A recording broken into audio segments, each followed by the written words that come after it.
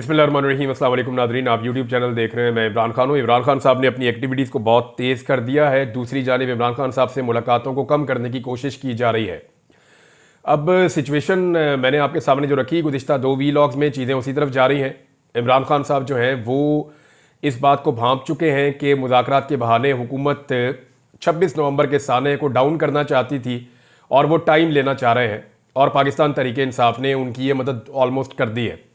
अब इमरान खान साहब का जो स्टेटमेंट है पहले आप वो सुन लें, फिर चीज़ें आपके सामने रखता हूं कि इमरान खान की अडियाला जेल में वकला से और मीडिया से गुफ्तगू हुई है और ये स्टेटमेंट उनके अपने ट्विटर अकाउंट से शेयर किया गया है।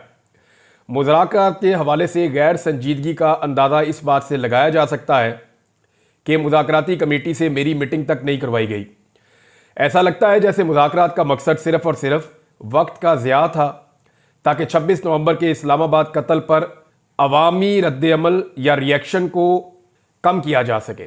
26 नवंबर को पुरअमन शहरियों का कत्लेआम किया गया, उनको सीधी गोलियां मारकर डी चौक में खून से नहलाया गया।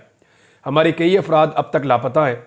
किसी भी महज़्ज़ब माशरे में ऐसा वाक़या होने के बाद गोलियां चलाने वाले अपने अंजाम को पहुंच चुके होते, लेकिन ये हुकूमत अभी तक एक जुडिशल कमीशन की तश्कील नहीं कर पाई। जुडिशल कमीशन की हैसियत थर्ड अंपायर की होती है और सिर्फ एक गैर जानिबदार कमीशन ही 26 नवंबर और 9 मई के शोहदा को इंसाफ दिलवा सकता है। अगर इस कत्लेआम को दबा दिया गया तो पाकिस्तान में किसी का जानो माल महफूज नहीं होंगे। मेरा वाज़े पैगाम है कि अगर मुज़ाकराती अमल को लेकर हुकूमत यूं ही गैर संजीदा रही और जुडिशल कमीशन ना बनाया तो मुज़ाकरात को अगली मीटिंग के बाद रोक दिया जाएगा। 9 मई का फॉल्स फ्लैग ऑपरेशन भी एस्टेब्लिशमेंट की जानिब से ही किया गया था। उस रोज चौकियों से फौज और पुलिस हटाकर खुद ही आग लगाई गई और सीसीटीवी फुटेज भी चुरा ली गई। हम इन दोनों वाकयात की शफाफ तहकीकात चाहते हैं। हमने इस सिलसिले में बारहा सुप्रीम कोर्ट से भी मुतालबा किया है। 3 साल से इस मुल्क में आइन और कानून और इंसानी हुकूक की पामाली जारी है। लोगों के घरों का तकद्दुस पामाल करके उनको अगवा किया जा रहा है, तशद्दुद और जबर किया जा रहा है, उनके घर और कारोबार तबाह किए गए हैं। हमारे हर टिकट होल्डर के लिए उनके हलकों में जिंदगी तंग कर दी गई। मेरा अपना घर 2 मरतबा तोड़ा गया। हमने इस सिलसिले में लाहौर हाई कोर्ट से रुजू किया। यह केस जस्टिस बाकिर नजफी की सरबराही में 5 जजेस ने सुना, मगर 1.5 साल से उसका फैसला महफूज है और सुनाया नहीं जा रहा। फिर हमने इस्लामाबाद हाई कोर्ट में जस्टिस आमिर फारूक और सुप्रीम कोर्ट में काजी फायद ईसा से भी रुजू किया, लेकिन उन दोनों ने एस्टेब्लिशमेंट के ओपनिंग बैट्समैन का किरदार अदा किया। जो हमारे बेकसूर लोग मिलिट्री तहवील में रहे उन पर शदीद तरीन ज़हनी और जिस्मानी तशद्दुद किया गया। मेरी इतला के मुताबिक 3 लड़कों ने दौरान हिरासत खुदकुशी की कोशिश की। समी वजीर की हालत इस तशद्दुद का मुंह बोलता सबूत है। इससे पहले जो कुछ तहरीक इंसाफ के रहनुमाओं शहबाज गिल, आजम सवाती समेत दीगर के साथ किया गया वो भी किसी से ढका छुपा नहीं है। जिले शाह को बेदर्दी से कत्ल किया गया। इंतजार पंजूथा से जानवरों की तरह सलूक किया गया। ये कौन सा उसूल है कि जो तहरीक इंसाफ छोड़ देगा वो 9 मई के इल्ज़ाम से बरी है और जो नहीं छोड़ेगा उस पर हर किस्म का तशद्दुद और दबाव जायज़ है। हमें पाकिस्तानी निज़ाम अदल से बार बार रुजू करने के बावजूद भी इंसाफ नहीं मिल सका, जिसके बाद हमारे पास बैनुल अक़वामी फोरम्स पर आवाज़ उठाने के अलावा कोई रास्ता नहीं बचा है। पाकिस्तान की हुकूमत इंसानी हकूक़ को लेकर बैनुल अक़वामी कवानीन और मुआहिदों की पाबंद है।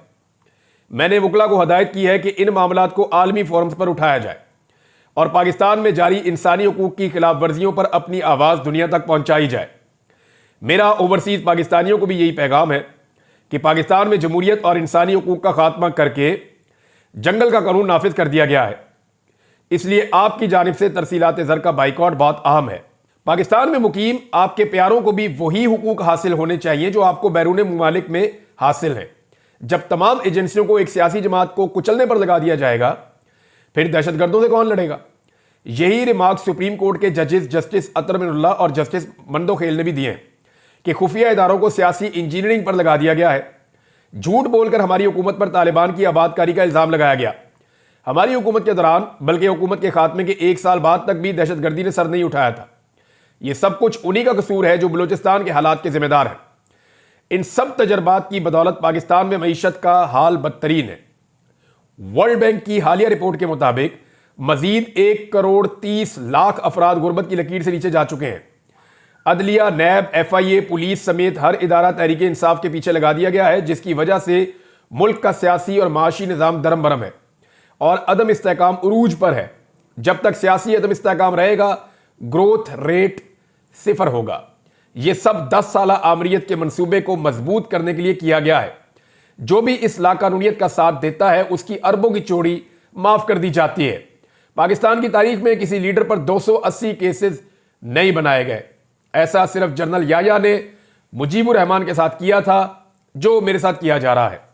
एक और चीज इमरान खान साहब ने क्लियर की है बुशरा बीबी के हवाले से।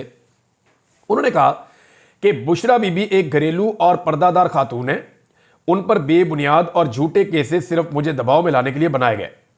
अलकादर केस भी इसी सिलसिले की एक कड़ी है। बुशरा बीबी को पहले 3 महीने बनीगाला में एक कमरे में कैद रखा गया।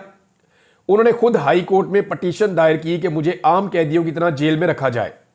अडियाला जेल में 9 महीने सख्त तरीन कैद में उनको रखा गया, जिसका मकसद हमें दबाव में लाने के अलावा कुछ नहीं था। बुशरा बीबी का किसी से कोई राब्ता नहीं है, यह महज प्रोपेगेंडा है।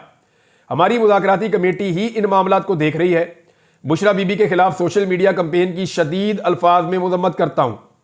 इस तासुर की सख्ती से तरदीद करता हूं कि संगजानी में रुकने के बाद मुझे रिहा करना तय था। संगजानी जैसे इश्यूज को असल मामलात से तवज्जो हटाने के लिए इस्तेमाल किया जाता रहा है। हुकूमत की बददियानती को अच्छी तरह समझता हूं। मैं 3.5 साल वजीर आजम रहा हूं, अच्छी तरह समझता हूं कि यह कैसे काम करते हैं। इस्लामाबाद डी चौक में कारकुनान के हमरा पहुंच जाना बुशरा बीबी की कामयाबी थी, जिस पर इनको खराज तहसीन पेश करता हूं। उन्होंने मेरी हिदायत पर ही अमल किया। ये इमरान खान साहब ने वकला से और मीडिया से गुफ्तगू की जेल के अंदर। ये सारी चीज़ें मैंने आपको बता दी। अलीमा खान साहिबा ने भी बाहर आने के बाद बात की। एक तो अलीमा खान साहिबा को आज मिलने के लिए नहीं भेजा जा रहा था, दूसरी बहन अंदर गई और अलीमा खान साहिबा को अंदर नहीं जाने दिया गया पहले। फिर इमरान खान साहब ने जो है वो समाअत रुकवा दी। अलीमा खान साहिबा ने बाद में मीडिया को कुछ चीज़ें बताई हैं। एक तो अलीमा खान साहबा ने बताया कि हमें धमकी दी गई कि आप इमरान खान साहब का पैगाम मदम करें, यानी वो पैगाम आप बाहर आके पहुंचा देती हैं एज इट इज, तो वो पैगाम आप ना पहुंचाएं। अब अलीमा खान ये कहती हैं हम जब बहनें मिलने के लिए जाती हैं इमरान खान साहब से, जब पैगाम हम लेती हैं तो बड़े गौर से सुनती हैं, क्योंकि वो कौम की अमानत और बहुत बड़ी जिम्मेदारी है। और वो ये कहती हैं अगर मैं कोई चीज़ भूल जाऊं या मेरी बहन भूल जाए तो हम नोट्स अपने शेयर कर लेती हैं आपस में, और फिर वो पूरा बयान जो इमरान खान का है वो एज इट इज लाके हम बाहर अवाम के सामने रख देती हैं। अच्छा, इस पर उनको धमकाया गया कि आपकी आर्टिफिशियल इंटेलिजेंस की हम वीडियो निकाल देंगे। ये अलीमा खान साहिबा ने इंकशाफ किया, लेकिन वो कह रही हम ये काम करेंगे। और वो ये भी उन्होंने कहा कि हमारे साथ पूरा पाकिस्तान है। अलीमा खान ने यह दावा किया, जिन्होंने उनको धमकाया उनको अलीमा खान ने कहा कि हमारे साथ पूरा पाकिस्तान है, हम अकेले नहीं हैं। फिर इमरान खान ने एक और ऐलान किया जो अलीमा खान साहिबा ने बाहर आकर बताया कि पाकिस्तान में जारी इंसानी हकूक की खिलाफ वर्जियों के केस को अब हम इंटरनेशनल ऑर्गेनाइजेशंस के सामने लेकर जाएंगे। ये जो समी वजीर और जिले शाह पर होने वाले जुल्म की बात है, ये इमरान खान साहब ने अपने स्टेटमेंट में भी लिख दिया, आपको अपने पढ़ लिया। एक शेर अफजल मरवत का मामला भी आजकल उठा हुआ है नादरी, और शेर अफजल मरवत के बारे में भी इमरान खान साहब ने जो स्टेटमेंट दिया वो शेर अफजल मरवत के हक में नहीं जा रहा, जो अलीमा खान साहबा ने बाहर आकर बताया। प्रॉब्लम यह है कि शेर अफजल मरवत साहब की पार्टी के अंदर किसी ना किसी से लड़ाई चलती रहती है। पहले इनकी अली अमीन गंडापुर से लड़ाई थी। अली अमीन गंडापुर इनको बुरा भला कहते थे, ये अली अमीन गंडापुर को कहते थे निजी महफिलों में। फिर शेर अफजल मरवत साहब की लड़ाई अभी भी चल रही है, बल्कि फवाद चौधरी साहब के साथ भी चलती रही है, अब सलमान अकरम राजा साहब के साथ चल पड़ी है। इससे पहले उनकी लड़ाई जो है वो दीगर और जो पाकिस्तान तहरीक इंसाफ के लोग हैं उनके साथ चल पड़ी थी। तो शेर अफजल मरवत साहब एक बड़े अजीबोगरीब करैक्टर रहे हैं पाकिस्तान तहरीक इंसाफ में। इलेक्शन से पहले उनका किरदार कुछ और था, जब तक कि वो MNA नहीं बने थे, लेकिन MNA बनने के बाद उनका किरदार बिल्कुल मुख्तलिफ है। MNA बनने से पहले शेर अफजल मरवत अवाम के बीच में नजर आते थे, ज्यादातर लोगों के बीच में जुलूस, जलसा, लोगों को निकालना, एक्टिविटी करना, बहुत पॉलिटिकल एक्टिविटी उन्होंने की थी। पाकिस्तान तहरीक इंसाफ के बहुत सारे लोग ये इल्जाम लगाते हैं, बल्कि अली अमीन गंडापुर साहब भी ये निजी महफिलों में कहते रहे कि शेर अफजल मरवत जो है ये एस्टेब्लिशमेंट का आदमी था, इसको लॉन्च किया गया था। और बकौल अली अमीन गंडापुर साहब के कि ये बंदा इसलिए लॉन्च किया गया था कि इसको वजीर आला खैबर पख्तूनख्वा बनाना था या कोई बड़ा ओहदा देना था। और उस वक्त अली अमीन गंडापुर को बाहर निकलने की इजाज़त नहीं थी, मुराद सईद को बाहर निकलने की इजाज़त नहीं थी, आतिफ खान को बाहर निकलने की इजाज़त नहीं थी, जुनैद अकबर को बाहर निकलने की इजाज़त नहीं थी। बाकी बहुत सारे पाकिस्तान तहरीके इंसाफ के लोग हैं जो बेचारे तरसते थे कि बाहर निकल के हम अपनी इलेक्शन कैंपेन करें। तो उस वक्त शेर अफजल मरवत ये कैसे मुमकिन है कि वो खुलाकर इमरान खान के लिए कैंपेन कर रहे थे। तो ये पार्टी के अंदर बहुत सारे लोग इस बारे में यही सोचते थे। और गंडापुर साहब ने मुझे खुद कहा, मैं हल्फन आपको बता देता हूं, उन्होंने कहा कि कभी आपने सोचा है कि शेर अफजल मरवत वो सारा कुछ क्यों कर पा रहा था जो हम नहीं कर पा रहे थे? क्या वो हमसे ज्यादा बहादुर है, या हमसे ज्यादा कबीले वाला है, या हमसे ज्यादा तगड़ा आदमी है? तो उन्होंने कहा कि इसलिए कि उनको एस्टेब्लिशमेंट का आशीर्वाद था कि करो जो दिल करता है करो। ये गंडापुर साहब ने कहा। तो जब इलेक्शन हो गया, शेर अफजल मरवत साहब बन गए एमएनए, तो उनके वो मकासद पूरे नहीं हुए। उन्हें कुछ ना खैबर पख्तूनख्वा में मिला और ना वफाक के अंदर उनको अपोजिशन लीडर बनाया गया। अपोजिशन लीडर वो बनना चाहते थे, ये मैं जाती तौर पे जानता हूं। शेर अफजल मरवत साहब ने पूरा जोर लगाया इसके लिए, उन्होंने बहुत सारे लोगों से रब्ता भी किया। मेरी और उनकी जो वाहिद एक टेलीफोनिक कॉल हुई है, जिंदगी में एक ही टेलीफोनिक कॉल हुई है, तो मैं हैरान हो गया कि एक आदमी छूटते ही मेरे से ऐसी बात कैसे कर सकता है। यानी उन्होंने मुझे कहा कि मैं बनना चाहता हूं अपोजिशन लीडर और आप मेरे लिए लॉबिंग करें। तो मैंने कहा जी मैं लॉबिंग कैसे करूं? मैंने हंसना शुरू कर दिया। मैंने कहा जी मैं तो पॉलिटिकल मामलात में नहीं आता, आपकी पार्टी का डिसीजन है, वो आपको बना दे किसी और को बना दे, तो ये पार्टी पे डिपेंड करता है। लेकिन उन्होंने मुझे उस वक्त ये कहा कि अगर मैं अपोजिशन लीडर बन गया तो मैं पूरे निज़ाम को मुसीबत डाल दूंगा, मैं बड़ा अग्रेसिव आदमी हूं, मैं बहुत चढ़ के आऊंगा और मैं खुलकर जो है वो मुखालफत करूंगा इस हुकूमत की, ये सब लोग बुज़दिल हैं, ये नहीं कर पाएंगे। तो इस तरीके से उन्होंने मुझे कायल करने की कोशिश की शेर अफजल मरवत साहब ने। और एक दौर में इनका नाम चलता भी था कि शायद इनको अपोजिशन लीडर बना दिया जाएगा, लेकिन फिर नहीं बनाया गया। उसके बाद हमने देखा कि शेर अफजल मरवत साहब की जो टॉक शोज में एक्टिविटीज हैं या सोशल मीडिया पे एक्टिविटीज हैं वो बाकी रह गई, लेकिन जो उनकी अवामी एक्टिविटीज हैं वो फिर नजर नहीं आई।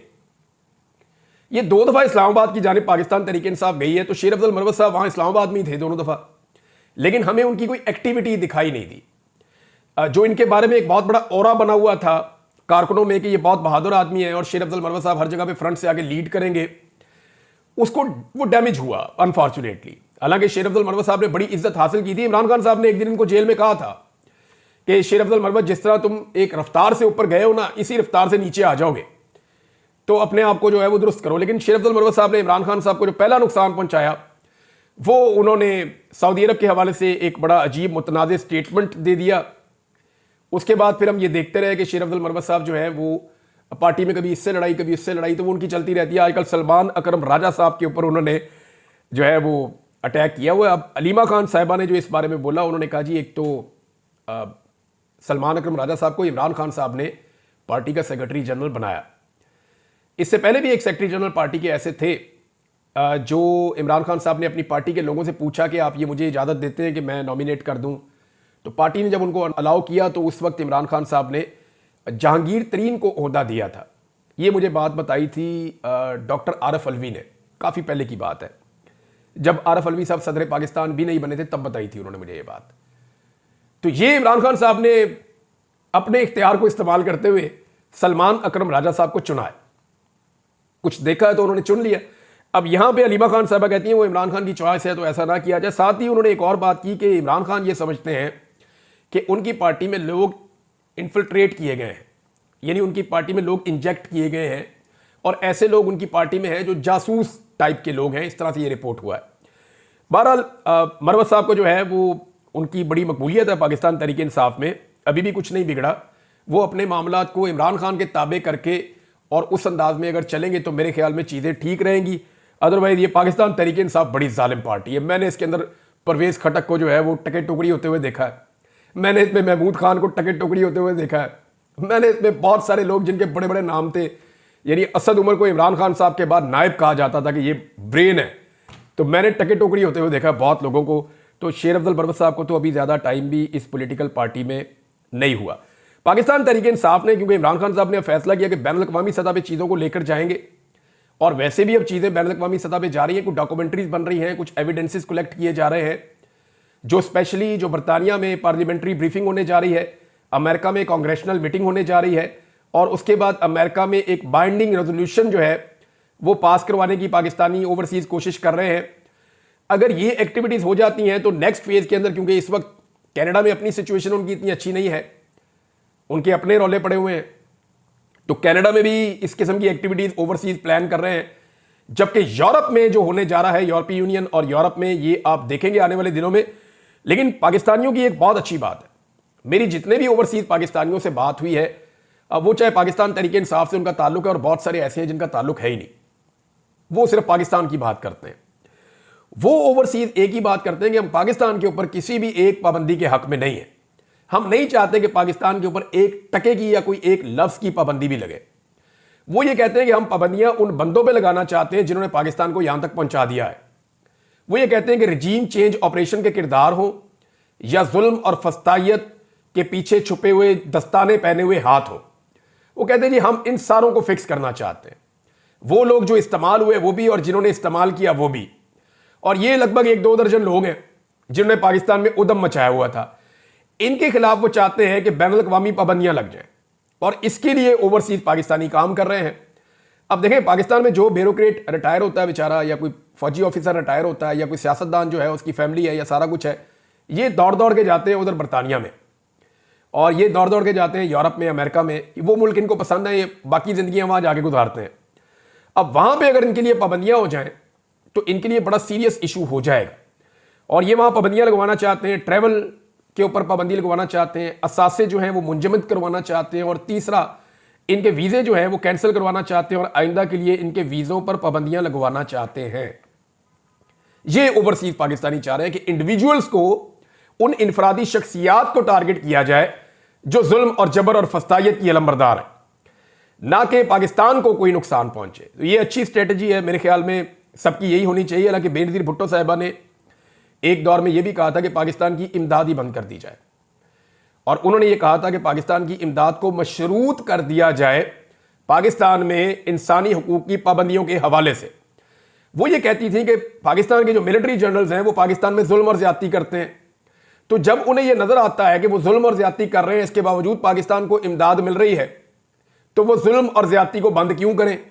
हाँ, अगर उन्हें यह नजर आएगा कि जो जुल्म और ज्यादती वो कर रहे हैं, जो गैर जमहूरी हरकत वो कर रहे हैं, उनकी वजह से पाकिस्तानी या उनकी इमदाद बंद हो रही है, तो फिर वो उस मामले को रोकेंगे। ये बेनज़ीर भुट्टो साहिबा का सोचना था। इस पे उनका बाकायदा एक इंटरव्यू भी मौजूद है, मैंने थोड़े दिन पहले उसको रिपोर्ट भी किया था। पाकिस्तान तहरीक इंसाफ एक ट्रांसमिशन भी करने जा रही है, ये बड़ी इंपॉर्टेंट ट्रांसमिशन है, इसकी मेरे पास यहां खबर मौजूद है। गोली क्यों चलाई, इसमें शेख वकास अकरम और सलमान अकरम राजा, ये लोग 26 नवंबर के कत्लेआम पर खसूसी गुफ्तगू करेंगे 12 जनवरी बरोज एतवार रात 8 बजे पाकिस्तान तहरीक इंसाफ ऑफिशियल के यूट्यूब चैनल पे, ट्विटर पे, फेसबुक पे और इंस्टाग्राम पे। अब देखना यह है कि इंटरनेट बंद किया जाता है या नहीं किया जाता, क्योंकि $1 मिलियन का नुकसान होता है 1 घंटे में। जब आप इंटरनेट को डाउन करते हैं तो 1 घंटे में $1 मिलियन का नुकसान हो जाता है। अब देखना यह है कि यह हुकूमत पाकिस्तान तहरीक इंसाफ को 26 नवंबर के कत्लेआम पे खसूसी गुफ्तगू करने देती है, या उस बीच में पाकिस्तान में इंटरनेट को डाउन करके पाकिस्तान का $1 मिलियन का मजीद नुकसान करती है। अपने सियासी फायदों के लिए पाकिस्तान की हुकूमत और एस्टेब्लिशमेंट ने पाकिस्तान की इकोनॉमी को बहुत ज्यादा नुकसान पहुंचाया है। पंजाब में एक नई पुलिस बनाने की तैयारी की जा रही है नाज़रीन। ये पुलिस बना रहे हैं जी कि ये एहतजाज करने वाले जो लोग हैं इनको कंट्रोल करना है।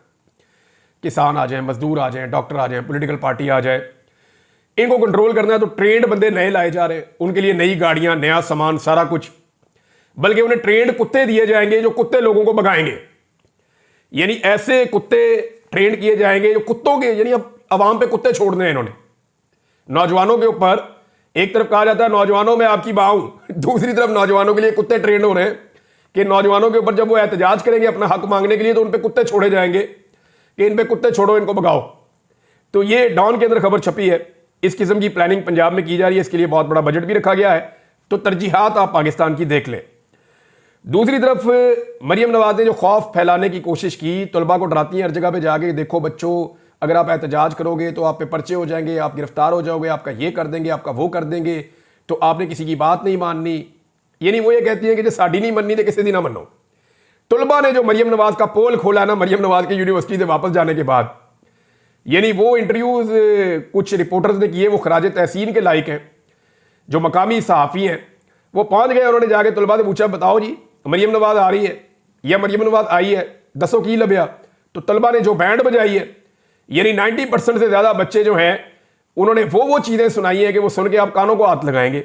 मरियम नवाज के हवाले से कि वो उनको किस लेवल का लीडर समझते हैं। अब हसन नियाज़ी का नाम लेकर उन्होंने डराया था, तो हसन नियाज़ी की वालदा का भी उन्होंने कहा जी उनकी वालदा के दिल पे क्या गुजरती होगी, तो वालदा का स्टेटमेंट आ गया। जरा हसन नियाज़ी की वालदा का स्टेटमेंट सुनिए। वो कहती है जी मैंने हसन नियाज़ी से कहा कि मुझे खुशी है कि उसे 10 साल सजा हुई है, अगर उसे 2 साल सजा होती तो मुझे अफसोस होता। मेरा बेटा फस्तायत के दौर में जुल्म के खिलाफ खड़ा है और मुझे उसके ऊपर फख्र है। यह है जी हसन नियाज़ी की वालदा। तो मरियम नवाज की सोच क्योंकि और तरह की है, इन्होंने बेशुमार पैसा इकट्ठा किया, ये अपनी औलाद को लेकर कुछ और सोचते हैं। तो पाकिस्तान में बेशुमार वालिदैन ऐसे हैं जो अपनी औलाद की कुर्बानी देते हैं। आप देखें ना, आप शोहदा के घर चले जाएं, चाहे वो फौजी है या पुलिस वाला है या कोई आम आदमी है, अरशद शरीफ की वालदा के घर चले जाएं, वो आपको अफसोस नहीं करती, वो अपने बेटे पे फख्र करती है। और ये वो लोग हैं जिन्होंने अपने बच्चों को जानबूझकर खतरे के मुंह में भेजा है। ये ऐसा है और बेशुमार लोगों के साथ है और लगातार है, लेकिन लोग अपना मौक़िफ़ नहीं बदल रहे। कुछ और चीज़ें शेयर करता हूं, लेकिन अगले वीलॉग में। अब तक के लिए इतने, अपना ख्याल रखिएगा, अपने चैनल का भी। अल्लाह हाफ़िज़।